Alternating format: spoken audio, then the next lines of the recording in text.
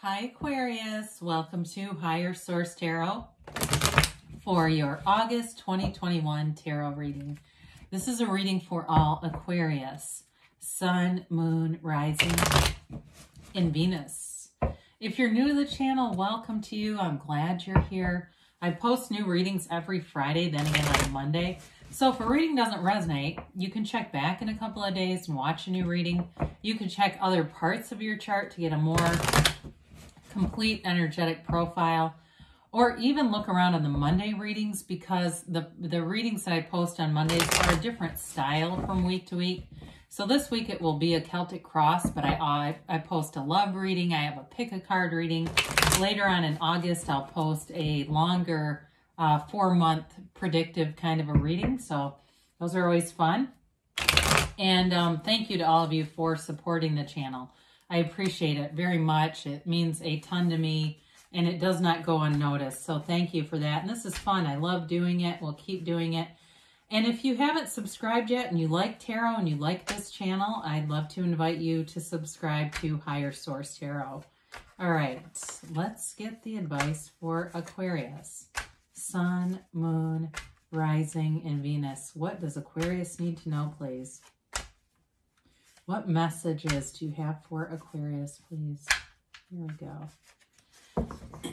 So we will begin here with the tarot, and then we'll have the angel answers, oracle cards as well. And then at the end, we're going to have a message from Louise Hay. Current situation, you have the Hermit. The immediate influence is the Knight of Wands. You have the Eight of Pentacles in your destiny. The Nine of Cups is in the distant past, the Chariot in the more recent past. Boy, you've got the Seven of Wands here and the future coming towards you. You're represented by the Tower. What's going on here, Aquarius? Looks like you're giving somebody a wake-up call. You've also got the Seven of Cups here. You've got the Two of Swords in your hopes and fears. The Page of Wands, which that makes a lot of sense with you being the Tower. Page of Wands is in the outcome. Now, the bottom of the deck, we'll take the bottom three. This is cool. You have the Magician, the Four of Pentacles, and the Two of Cups. Well, before we get into this too much, you have Virgo, you have Cancer here, and you've got really all the elements. So the Magician is that master manifester energy. It's the power that creates worlds. You have the access to that. It's who you are, really. It's your own divine nature. And so with the Magician, too, you're going to be able to see things clearly, and that may be why you're represented as the Tower. You may find that you look at things and you have a strong desire to make changes in different areas. You may even be, like I said, a wake-up call for somebody, that you're going to end up doing something here that really moves some things forward. With the Two of Cups, there's a soulmate energy here, but it also can be a more general feeling of having a strong desire to have a match, you know, not settling for less. I recently saw there was a Law of Attraction video, and the title was something like, How Did I Manifest a Loser? I haven't watched it, but I thought I should, because it's just kind of made me chuckle. I thought, oh my God, what is this going to be about? And so it really is about finding someone that's your match, or the situation, if it's work too. You're here to have joy and enlivenment and bliss in the journey. We're not put here to suffer, right? And so with that Four of Pentacles, that also is an energy of being closed off and kind of skeptical.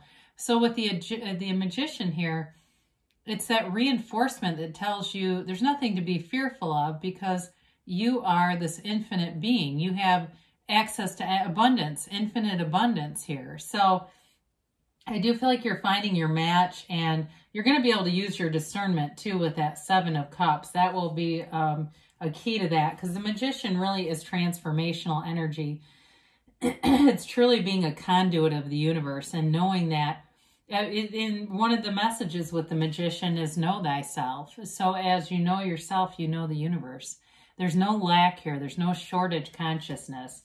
And so with the Knight of Wands here, you definitely have some fiery energy coming in here, Aquarius. You've got, with the Knight of Wands with the Hermit, you know, the Hermit is deep. The Hermit is really, talk about knowing yourself on a deep level.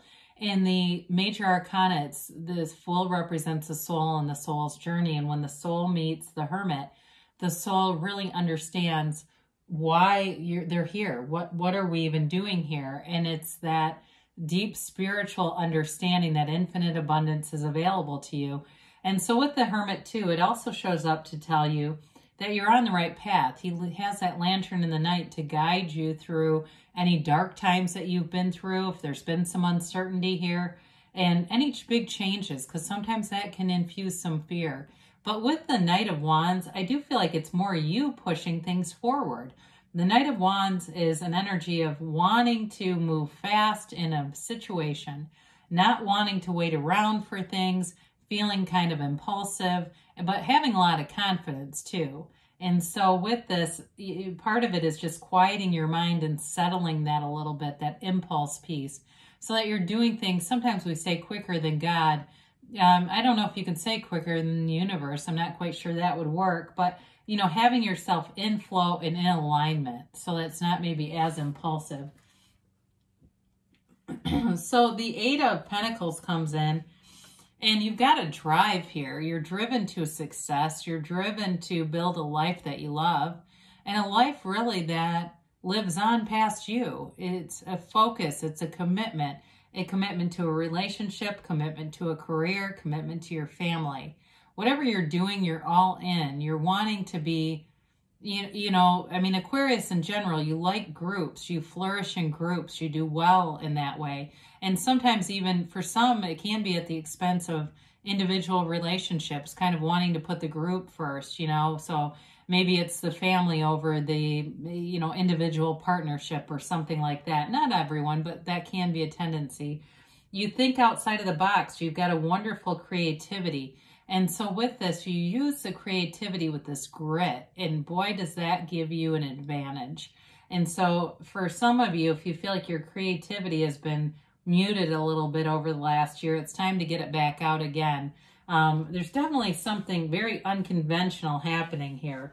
So with the Nine of Cups, you've had something, a nice change of events here. It's wish fulfillment, it's success, it's attainment. And you have it, you know, you've got it a few different times here.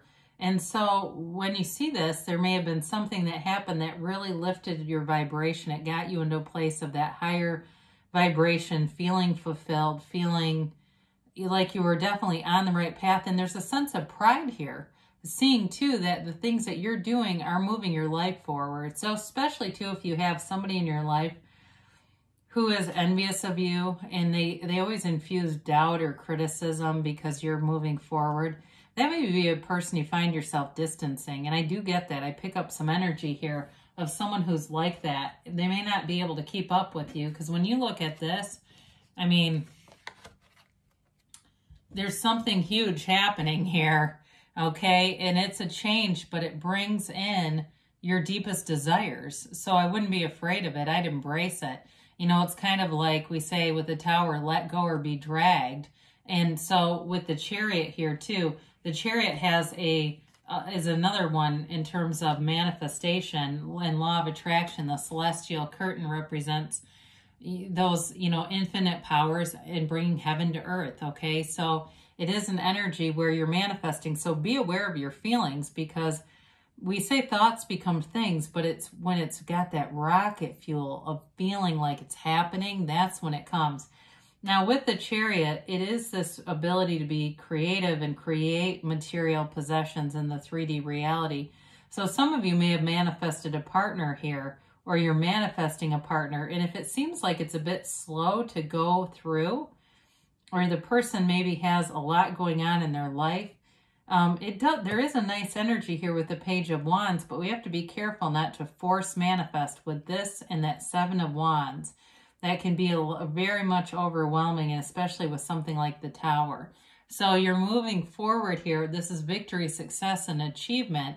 So you want to stay in that alignment and not get into too much of that more willful, controlling energy. The nice thing about this is it has that Cancer energy. So there is a softer undercurrent with this and not totally bulldozing people over.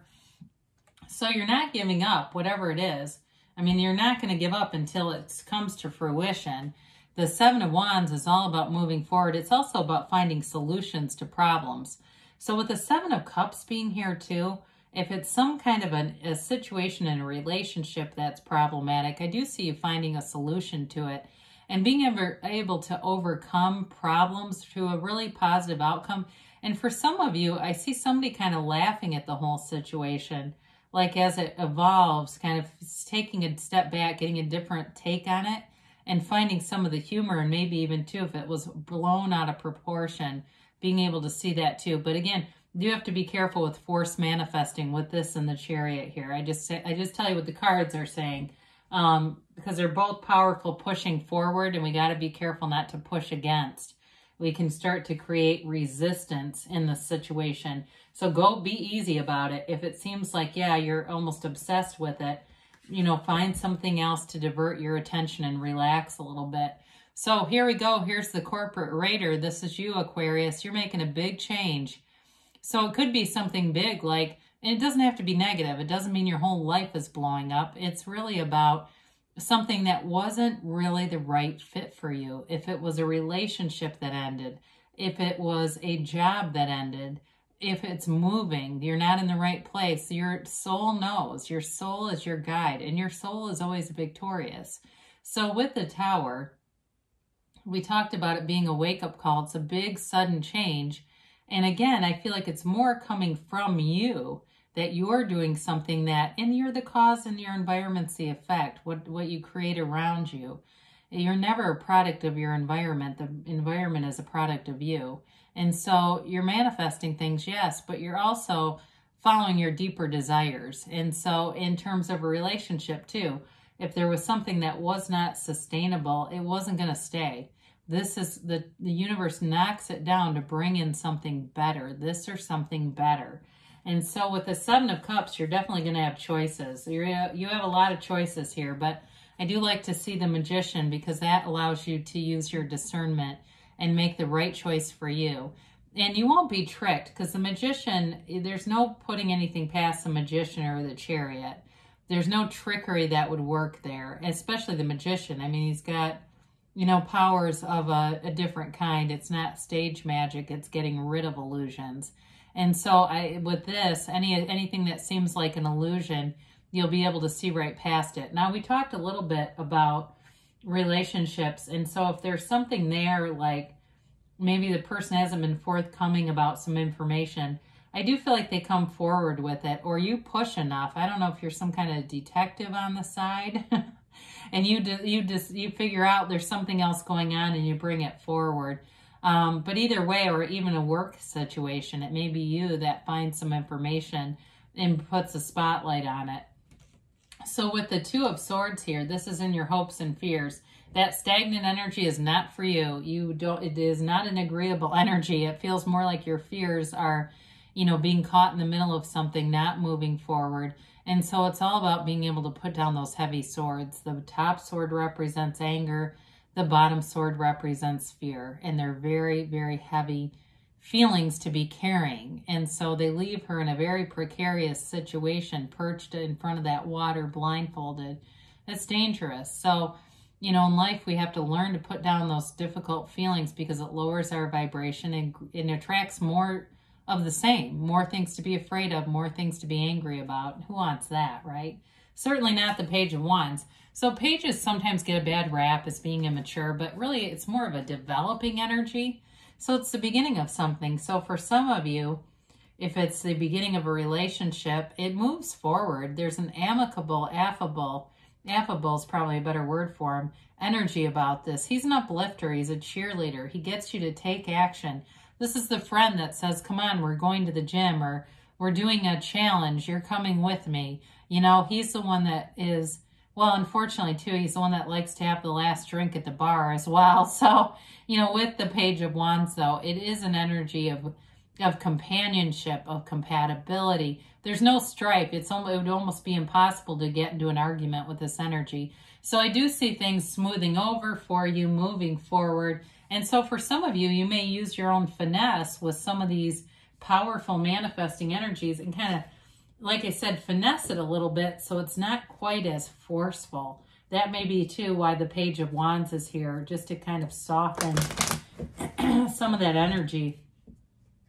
Because we'll manifest by force, but then, of course, it doesn't stick around as long as we'd like it to, right? Or we look at it, we go, oh, God, I got exactly what I asked for. But now that it's here, I'm not quite so sure about that, you know, because we get so committed to an idea. So we got to let the universe help us along the way a little bit, especially with that how. We haven't talked about, oh, well, what do I want to do here? Well, a whole clump came out, so let's just do one more. All right, if it would have just been one card in my hand, I would have just taken that. But all right, you got big happy changes on the way here, Aquarius. I've seen this a little bit in this past set of readings, but not a lot. So I do feel like when we get a card that doesn't show up often, it's important. You've got recovery. So whatever it is here, maybe it's a recovered, you know, this pushing kind of energy. It's recovering from that. But again, like I said, you're finding solutions. You've got to communicate clearly. So being clear with the universe, because the universe is so consistent. Now you have weight. Now when we have this, again, with some of the energies that are here, I actually think that's a good thing. It kind of is about relaxing, getting back to center, just getting back to a place where there's not as much energy, you know, trying to make things happen and allowing them to happen. You've got choose a new direction. So I'm telling you, there's something about that. But again, there's manifestations coming, so it's just sort of allowing the universe to do its thing. Oh, hey, and look at this. I trust the guidance of the universe. Wow, no coincidence there. Trust that everything you need to know is being revealed to you in the perfect space-time sequence. That's from Louise Hay. So great things are on the way for you, Aquarius. I love you, and I'll be back again soon.